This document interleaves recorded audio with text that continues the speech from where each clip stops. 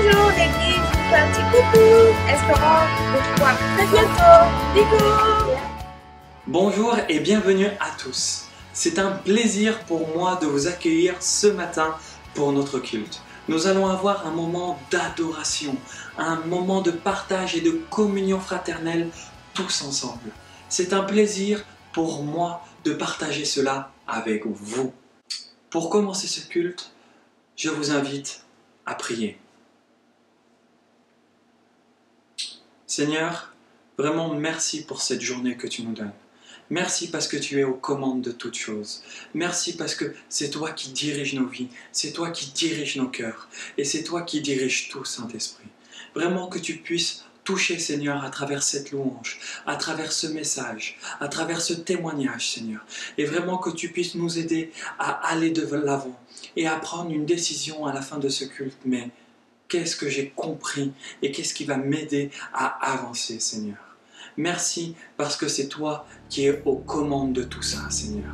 Merci parce que tu nous aides à partager à travers d'autres moyens, Seigneur, que tu nous mets à disposition. Vraiment, aide-nous à pouvoir grandir, évoluer, Seigneur, et à pouvoir comprendre ce que tu as à nous dire ce matin. Amen.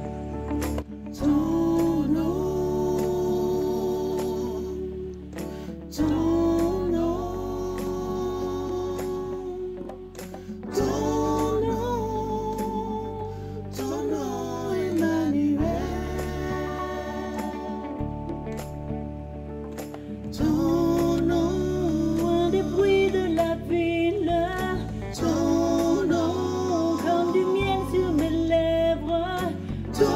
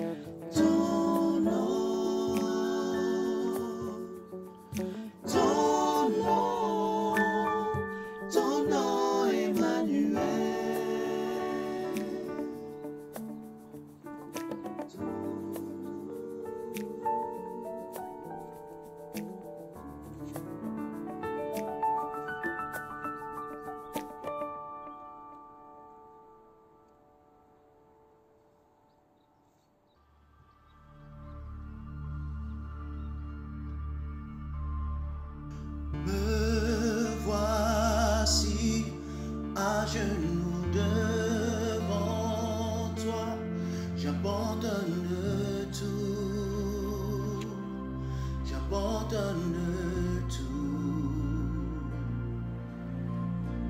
Mon seul désir, alors que tu m'attires, c'est d'être avec toi, d'être avec toi. Je m'abandonne.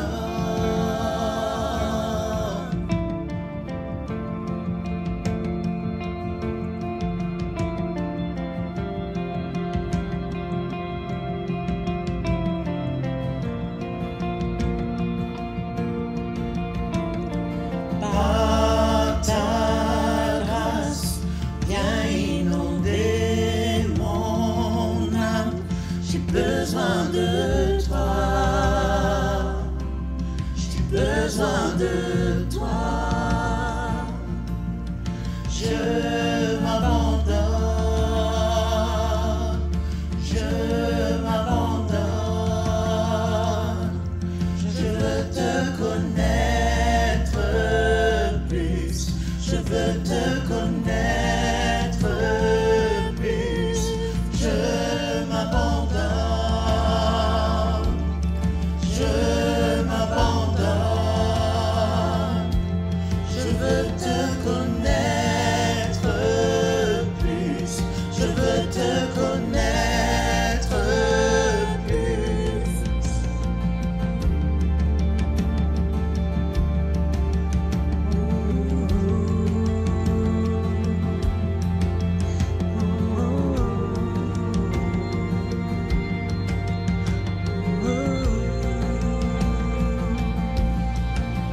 Tel un vent puissant, souffle maintenant.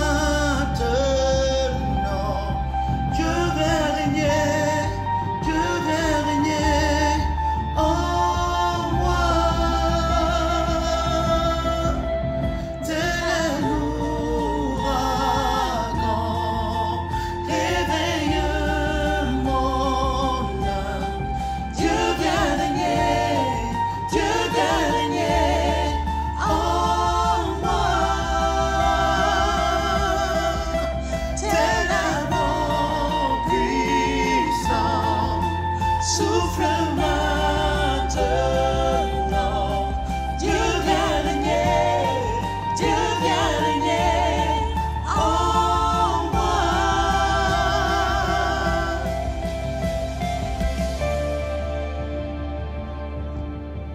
Je m'abandonne, je veux te connaître plus, je veux te connaître plus. Je m'abandonne, je m'abandonne.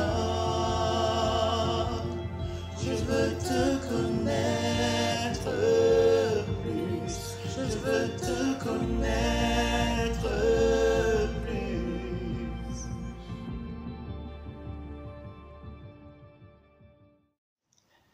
Ce matin, je voudrais voir avec vous les promesses de Dieu. Et pour introduire ce sujet, je lirai ce passage dans la deuxième épître de Paul aux Corinthiens au chapitre 1er, verset 20.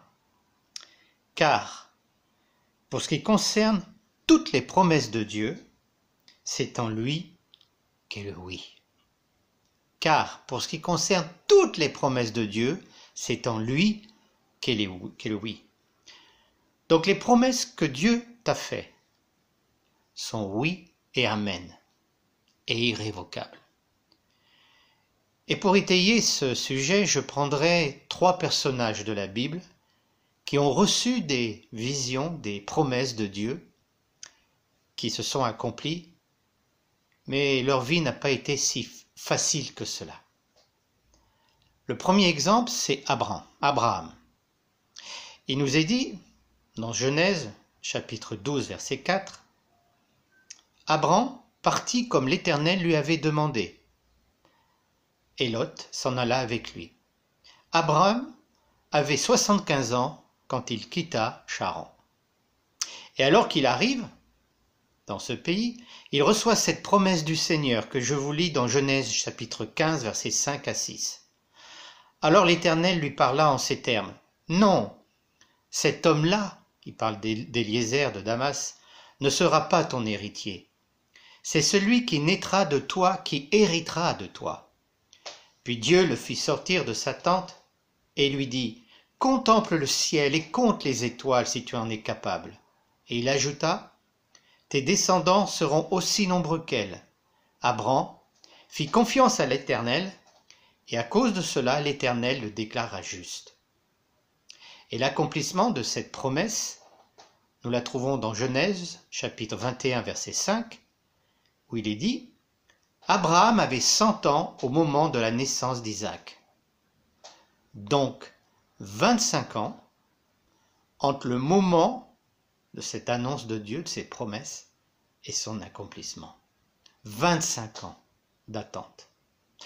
L'autre personnage, c'est David. Vous connaissez l'histoire de David. Dans 1 Roi, chapitre 2, versets 10 à 11, nous voyons que David est dans 1 Samuel, chapitre 16, verset 13, 1 Samuel, chapitre 16, verset 13, nous voyons que David est oint roi d'Israël par le prophète Samuel. Et on pourrait se dire, très rapidement, David est devenu roi. Non. Si nous regardons cette fois-ci 1 Roi chapitre 2 versets 10 à 11, nous lisons « David rejoignit ses ancêtres décédés et il fut enterré dans la cité de David. Il avait régné 40 ans sur Israël, 7 ans à Hébron et 33 ans à Jérusalem. » 7 ans.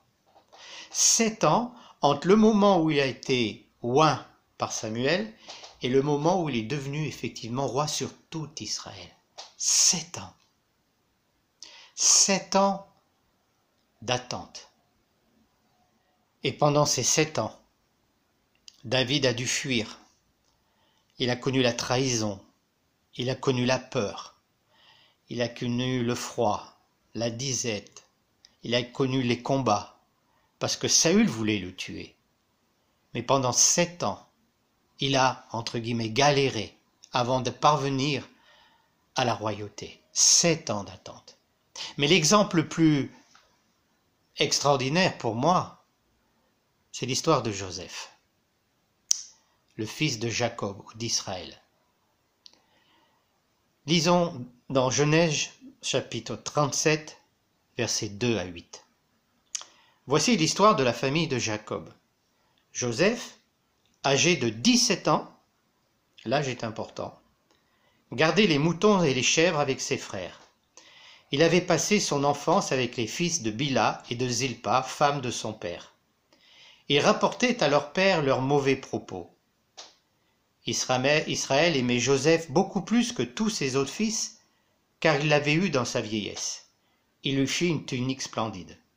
Ses frères virent que leur père le préférait à eux tous, alors ils le prirent en haine, et ils ne pouvaient plus lui parler aimablement. Joseph fit un rêve et le raconta à ses frères, qui ne l'en détestèrent que davantage. Il leur dit, écoutez, je vous prie, ce songe que j'ai eu. Nous étions en train de lier des gerbes dans les champs. Soudain, ma gerbe s'est dressée et s'est tenue debout. Les vôtres se sont placés autour d'elle et se sont prosternés devant elle. Ses frères lui disent, prétendrais-tu devenir notre roi et nous gouverner ? Et ils le détestèrent de plus belle à cause de ses songes et de ses propos. La suite, nous la connaissons. Joseph est vendu par ses frères à une caravane de marchands, puis il devient esclave, racheté par Potiphar, un des officiers de Pharaon, et dans la demeure de Potiphar, Joseph réussit tout ce qu'on lui confie, au point que Potiphar le nomme intendant général de sa maison. Et alors que tout va bien, voilà qu'il est faussement accusé de viol par la femme de Potiphar et se trouve en prison pendant de nombreuses années. Et puis à un moment donné, le pharaon a un songe. Il fait sortir Joseph, Joseph lui explique le songe, et ce qu'il faut faire. Et aussitôt, le Pharaon déclare et décrète que Joseph devienne premier ministre d'Égypte. En une journée, Joseph passe de la prison à la place du premier ministre d'Égypte. Et là, il devient premier ministre d'Égypte à l'âge de 30 ans. Dans Genèse, chapitre 41, versets 46 et 47, il est écrit « Joseph partit inspecter l'Égypte. Il était âgé de 30 ans quand il entra au service du Pharaon, roi d'Égypte. Il quitta la cour du Pharaon et parcourut tout le pays d'Égypte. Pendant les 7 années d'abondance, la terre produisit de riches moissons. » Donc, 17 ans, il a la vision des gerbes, de ses frères qui se prosternent devant lui.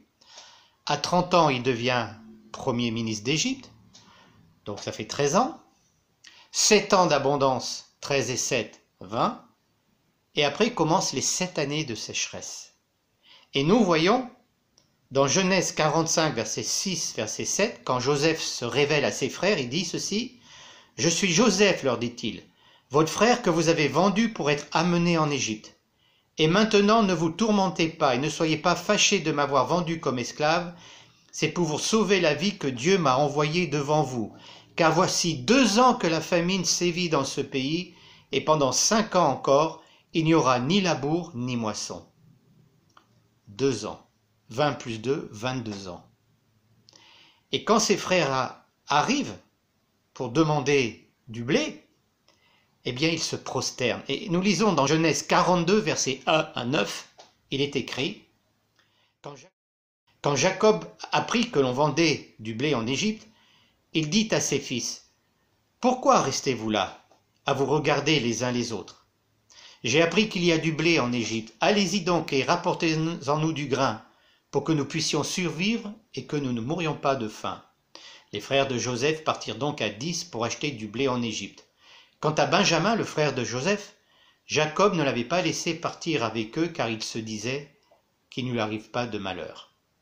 Les fils d'Israël arrivèrent en Égypte au milieu des autres gens qui s'y rendaient, car la famine sévissait au pays de Canaan. Joseph gouvernait tout le pays. C'était lui qui supervisait la vente du blé à toute la population du pays. Les frères de Joseph arrivèrent donc et se prosternèrent devant lui, face contre terre. Joseph aperçut ses frères et les reconnut, mais il se comporta vis-à-vis d'eux comme un inconnu et leur parla durement. Il leur demanda « D'où venez-vous » ?« Du pays de Canaan, répondirent-ils, pour acheter de quoi manger. » Joseph reconnaissait bien ses frères, mais eux ne le reconnaissaient pas. Alors il se souvint des rêves qu'il avait eus à leur sujet. À bout de 22 ans, Joseph voit ses frères se prosterner devant lui. 22 ans d'attente. Et on peut dire que la vie de Joseph n'a pas été un long fleuve tranquille. Trahi par ses frères, acheté comme un esclave, faussement accusé, l'injustice, mis en prison. Et même en prison, à un moment donné, il explique un songe à 2 officiers de Pharaon. L'un est tué par Pharaon, l'autre s'en sort. Et avant de sortir, il dit à celui qui va s'en sortir, « Eh, pense à moi, j'y suis pour rien dans cette histoire en prison. » Et il lui dit, « Oui, sois tranquille. » Et qu'est-ce que la Bible nous dit ? Il l'oublia. Et finalement arrive le moment de Dieu, le kurios de Dieu, le temps de Dieu, où Joseph sort de prison, explique le songe à Pharaon et est nommé premier ministre d'Égypte. Mais encore, il doit attendre 9 ans avant de voir enfin ses frères se prosterner devant lui. 22 ans. 22 ans d'attente. Et pendant ces 22 ans, ça n'a pas été facile pour Joseph. Et peut-être pour toi, tu as reçu une promesse du Seigneur. Et les années se sont passées, les difficultés sont venues, les problèmes sont arrivés, d'autres épreuves sont venues les unes après les autres. Et tu dis, mais après tout, cette promesse que Dieu m'a faite, c'était mon intelligence. Non. Dans l'état que je suis, dans la situation dans laquelle je me trouve, c'est pas possible. Non. Ce que Dieu t'a donné comme promesse, mon frère, ma sœur, s'accomplira toujours. Ces promesses sont oui et amen. Et peut-être, je vais en citer quelques-unes. Peut-être as-tu reçu cette promesse que nous trouvons dans le livre des Proverbes au chapitre 22 et verset 6 qui nous dit « Apprends à l'enfant le chemin qu'il doit suivre et quand il sera vieux, il ne s'en détournera pas. » Et tu as reçu cette promesse du Seigneur pour tes enfants. Mais actuellement, tes enfants sont loin de Dieu, Dieu ça ne les intéresse pas. Et tu dis, mais pourtant, je les ai apportés à l'église, je les ai présentés à l'église a prié pour eux. Et je prie pour eux et je vois toujours rien. Ne te décourage pas. J'ai lu récemment, j'ai regardé à la télé un documentaire sur Augustin, un des théologiens des premiers siècles. Eh bien, savez-vous qu'Augustin, avant de devenir chrétien, c'était un païen dans tout le sens du terme. Mais il avait une mère qui a prié pour lui, et qui a prié pour lui. Et c'est par grâce aux prières de cette maman, Augustin le reconnaît dans ses écrits, qu'à un moment donné, Augustin est devenu chrétien. Et c'est devenu un des plus grands théologiens des premiers siècles, un des pères de l'Église. Oui, parents, n'abandonne pas de prier pour tes enfants en t'appuyant sur cette promesse que le Seigneur t'a faite de ce Proverbe 22,6. Ou peut-être tu vis dans une situation financière compliquée suite au confinement ou un autre problème et tu dis mais comment je vais faire ? Pourtant tu as reçu du Seigneur cette promesse que nous trouvons dans Philippiens chapitre 4 verset 19 où il nous est dit que mon Dieu pourvoira tous vos besoins selon sa richesse avec gloire en Jésus-Christ. Mais tu ne vois rien se passer. Persévère. Cette promesse que tu as reçue du Seigneur, en toi, par sa parole, elle s'accomplira et il va t'exaucer et pourvoir à tes besoins.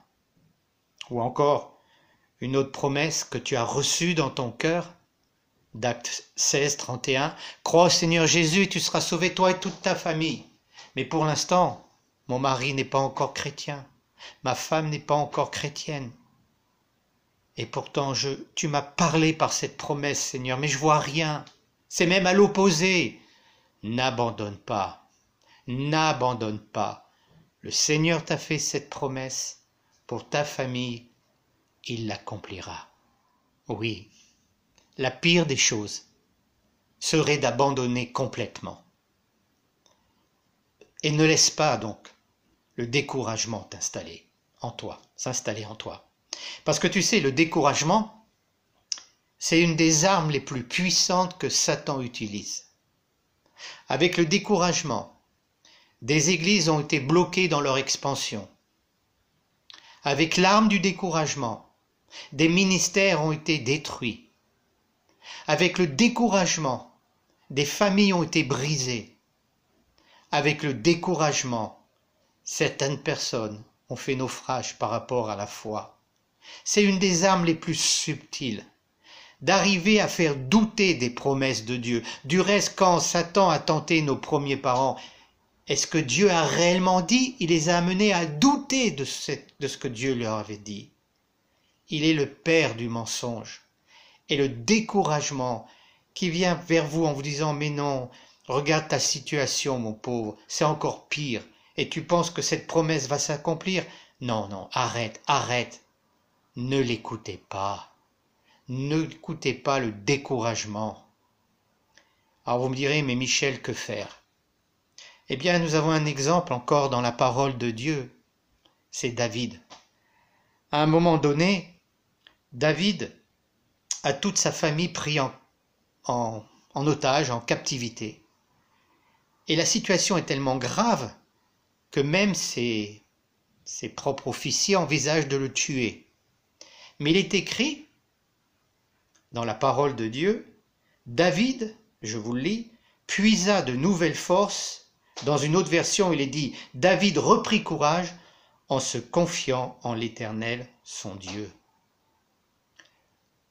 Relève-toi en mettant ta confiance à nouveau en Jésus et en disant, oui Seigneur, je sais ce matin, tu m'as rappelé que tes promesses que tu m'as faites pour ma vie, pour mon ministère, pour mon église, pour mon foyer, pour mes enfants, sont oui, amen, elles s'accompliront.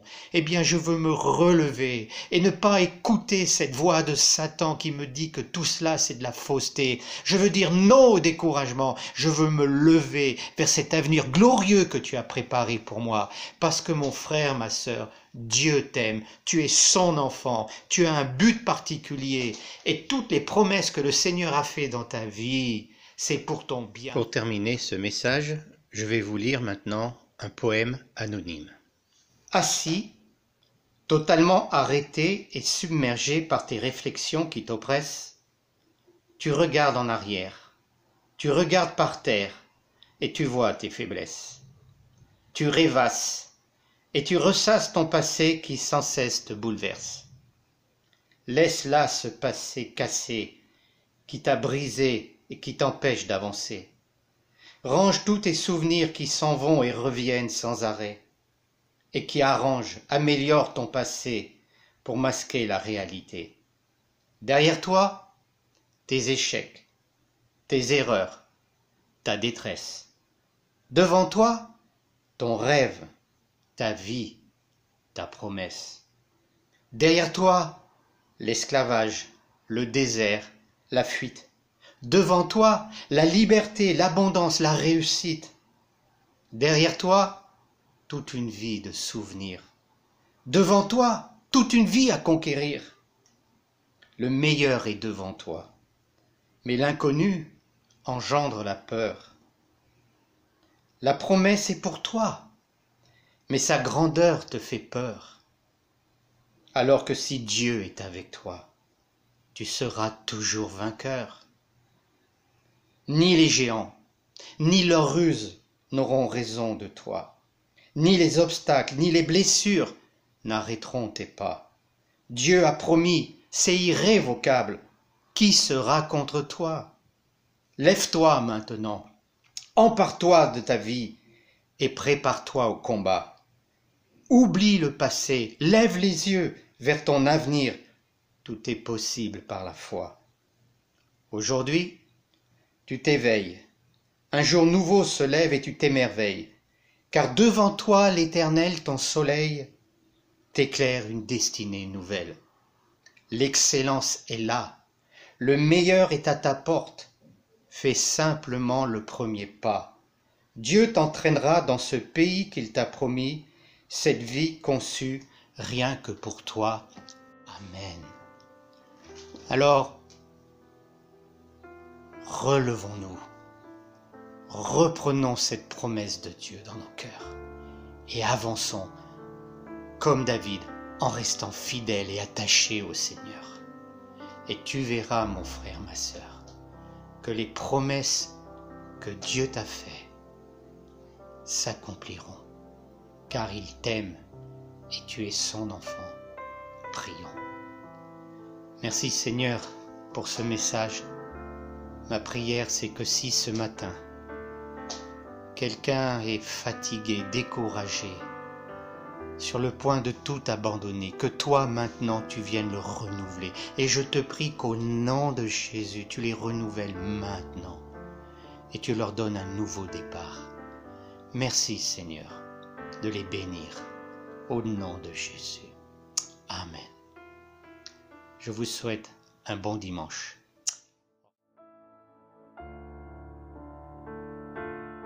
Église de Villeurbanne, et vous, amis qui nous rejoignez dans le déroulement de ce culte, évidemment, on ne se voit pas, nous sommes encore séparés par cette crise, mais unis dans l'affection et dans l'amour que nous portons au Seigneur Jésus-Christ.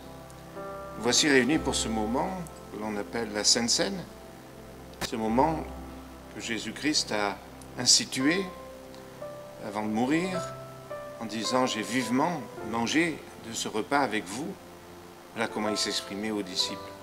Et c'est l'apôtre Paul qui nous rappelle qu'il dit « Le Seigneur Jésus-Christ, dans la nuit où il fut livré, prit du pain, et après avoir rendu grâce, le rompit et dit « Ceci est mon corps qui est pour vous. Faites ceci en mémoire de moi. » Il fit de même pour la coupe, après le repas, en disant « Cette coupe est la nouvelle alliance en mon sang. Faites cela toutes les fois que vous en boirez en mémoire de moi. Car toutes les fois que vous mangez ce pain et buvez cette coupe, vous annoncez la mort du Seigneur jusqu'à ce qu'il vienne. » Ce moment de la Sainte Seine est important parce qu'il nous recentre sur le cœur même de notre foi, sur l'essentiel de notre foi. Il y a, vous l'avez remarqué, 3 périodes de temps dans ce que Paul dit. Il y a le passé. Faire ceci en mémoire de moi nous ramène dans un passé, mais un passé qui est toujours présent. Un passé qui est toujours actif. C'est l'œuvre unique que Jésus-Christ a accomplie sur la croix du Calvaire. Son corps a été brisé, son sang a coulé pour vous, pour moi, pour que je puisse comprendre l'amour que Dieu a pour moi et comment il a prévu la possibilité d'être réconcilié avec Dieu. Donc, dans ce passé, je célèbre un événement unique. Et comme dit le Seigneur, eh bien, je le fais pour annoncer Jésus, annoncer ce qu'il a fait pour moi et pour le monde jusqu'à ce qu'il vienne. Mais il y a aussi le présent. Faites ceci chaque fois que vous le faites. Ce présent est important parce que Jésus est toujours vivant. Donc, cette présence de Jésus, cette réalité de la présence de Jésus aujourd'hui, ce n'est pas dans le pain ou le vin qu'il est présent, parce qu'il est toujours avec nous. Mais il nous rassure dans le fait de faire mémoire, c'est-à-dire de nous rappeler l'essentiel de notre foi, de réaliser tout l'amour que le Seigneur a eu pour moi. Et c'est lui qui m'invite à sa table. Aujourd'hui, il m'invite à sa table, montrant par là que ma vie a de l'importance, qu'il veut prendre soin de moi tous les jours. Et en prenant ce pain et ce vin, aujourd'hui, je me rappelle ce qu'il a fait, mais je me rappelle aussi comment le jour de mon baptême, j'ai décidé de le suivre et le servir. Et donc, en toute humilité, je perçois sa grâce qui est liée au passé, qui est vécue aujourd'hui, la seule dignité dont je peux me paraître, me revêtir, c'est la dignité de Jésus. Donc c'est là la réalité du présent. Dans ce présent aussi, il m'invite à discerner son corps, c'est-à-dire la famille du Seigneur. Je ne suis pas seul, j'ai des frères, j'ai des sœurs, et discerner le corps du Seigneur, eh bien, c'est discerner l'Église. Nous ne le faisons pas tout seul, caché, nous le faisons en communion avec les frères et les sœurs. Et enfin, il y a l'avenir, jusqu'à ce qu'il revienne. Il revient, et un jour, il rétablira son règne sur cette terre. Alors, en attendant, je voudrais simplement, au moment où nous allons prier, réaliser que le passé me ramène à sa grâce, cette grâce seule qui me rend digne de prendre ce repas. Me ramène aussi au présent parce que cet acte-là m'engage à renouveler mon obéissance et ma fidélité au Seigneur. Et enfin, m'amène à espérer, à me réjouir pour ce jour merveilleux où Jésus va revenir et nous vivrons ensemble ces merveilleuses noces de l'agneau. Que le Seigneur nous aide et nous bénisse en cet instant. Je vais te demander, Fabrice, à prier pour le pain et le vin. Prions ensemble. Merci Seigneur Jésus pour ton sacrifice à la croix. Merci de ce que tu t'es donné pour nous afin que nous ayons le salut, afin que nous soyons sauvés.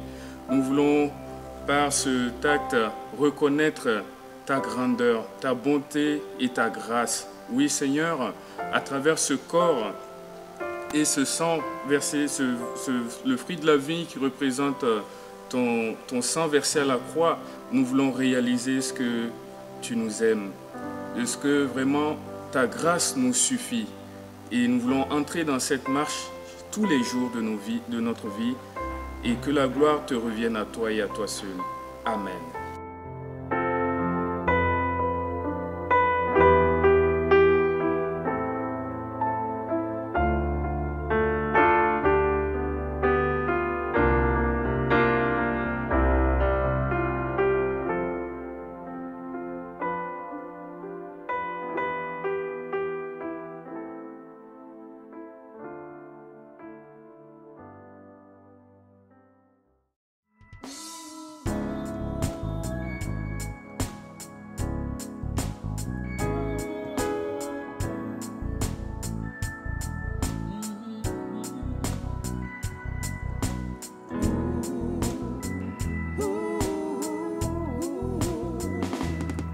Le roi dans sa beauté,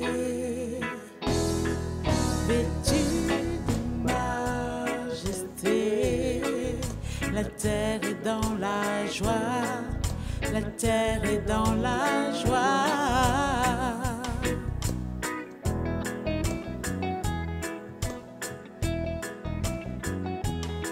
Sa gloire resplendit, l'obscurité s'enfuit au son de sa voix, au son de sa voix. Combien Dieu est grand, chantons-le combien Dieu est grand, et tous verront combien Dieu est grand. Car d'âge en âge il vit, le temps lui est soumis. Commencement et fin, commencement et fin.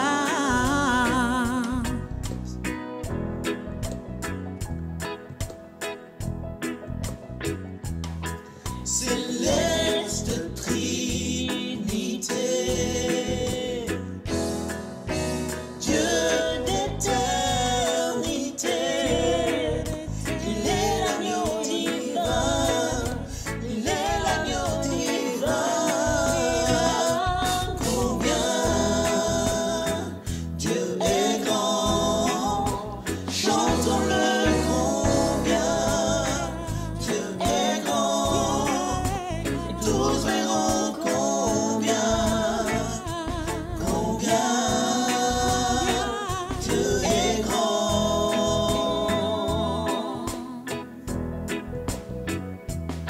Son nom est tout puissant, digne de louange. Je chanterai combien Dieu est grand.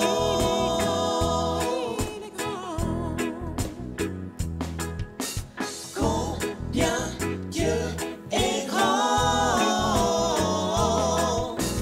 Combien Dieu est grand. Combien Dieu est grand. Dieu est grand.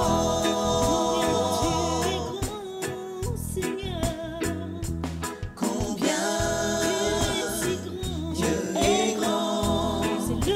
Chantons-le combien Dieu est grand, et tous verront combien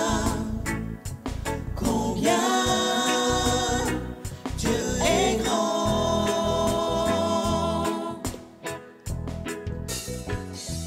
Combien Dieu est grand, chantons-le combien Dieu est grand, et tous verront combien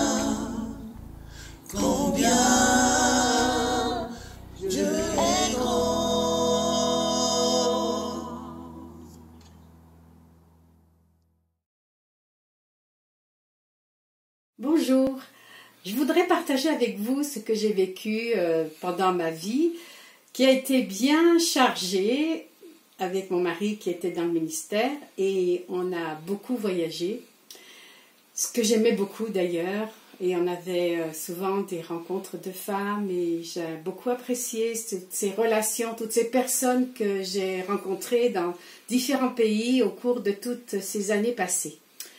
Sauf que le Seigneur a mis un stop.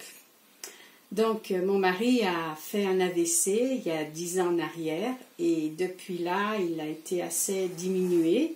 On a quand même continué à voyager, mais voilà, sa santé se détériorait et depuis elle s'est encore détériorée et il a été plusieurs fois à l'hôpital, aux urgences, le SAMU, l'ambulance qui arrive avec tout ce que ça comporte d'angoisse et d'inquiétude. Et jusqu'au jour où on n'a plus pu voyager, ça fait peut-être 2 ans de cela, où on ne peut plus voyager. Et je l'ai très mal vécu dans le sens où je me suis dit, ben, Seigneur, je suis coincée ici. On habite donc près du Chambon-sur-Lignon, dans un petit village, et là je me suis sentie vraiment seule et j'ai eu vraiment beaucoup de mal à accepter cette situation. Et puis les mois passant, le Seigneur a fait toute une œuvre en moi et du coup, finalement j'ai accepté la volonté de Dieu pour mon mari et pour moi-même.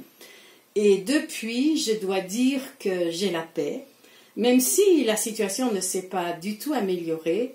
Mais malgré tout, faut dire aussi qu'il y a des moments compliqués, des moments difficiles, où la nuit j'ai mal dormi par exemple, et voilà. Mais le Seigneur me donne sa paix, cette paix surnaturelle et en plus de la paix, ben, j'ai la joie. Voilà. Donc je voudrais vraiment vous encourager parce que finalement, pendant toute cette période que je vis depuis quelque temps, eh bien, le Seigneur me parle et finalement, quand on voyage, eh bien, on n'a pas beaucoup le temps de l'écouter. Et le fait de rester sur place, eh bien, là, j'ai pris le temps de l'écouter et ça a été une grande bénédiction pour moi. Et voilà, donc en fait, il m'a dit aussi, le Seigneur, souvent, il me parle et je me remets en question. Et il me disait, par exemple, que c'est dans la détresse qu'il nous accorde son secours, dans la détresse. Et d'ailleurs, je lisais hier ce passage de Jonas qui dit « Dans la détresse, j'ai invoqué l'Éternel et il m'a exaucé ».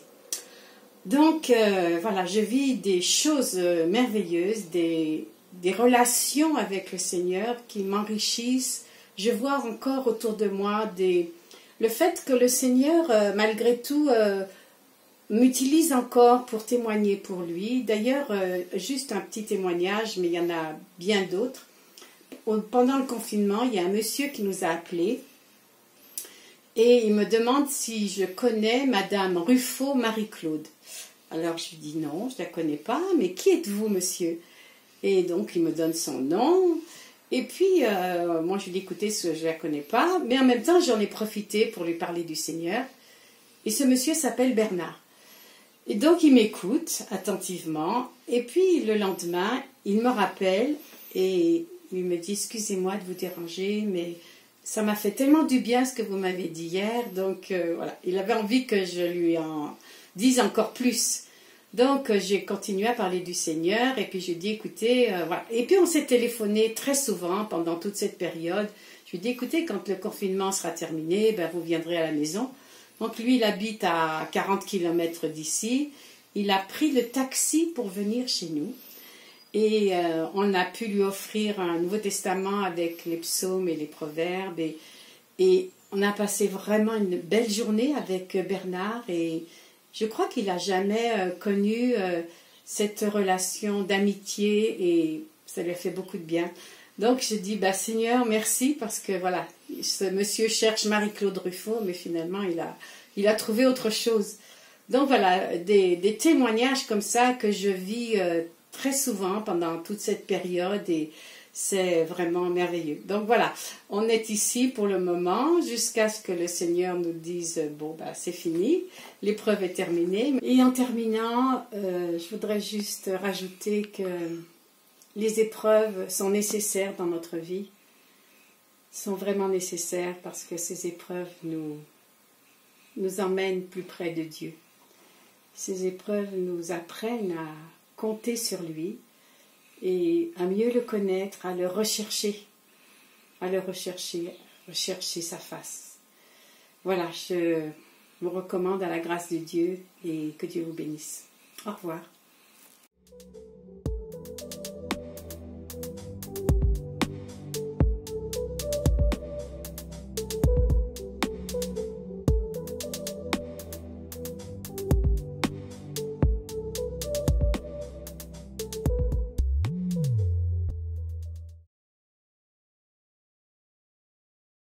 Bonjour, je m'appelle Odile.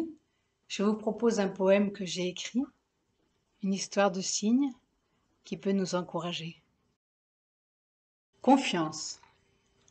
5000 cygnes passent dans le ciel, belle formation en caravelle, fuyant en masse un hiver gris, pour un ailleurs, un sûr abri. Croisent un corbeau mal à propos, un corbeau noir, sans écriteau. À droite, à gauche, il y en a qui hésitent et c'est trop tard. Ça se délite. 5000 cygnes passent dans le ciel, sur l'horizon à tire-d'aile, dans un désordre de plumes, de cris, cherchent à passer, mais à quel prix? Saison de froid, saison de pluie, voilà le ciel qui s'assombrit, et les nuages qui s'amoncellent.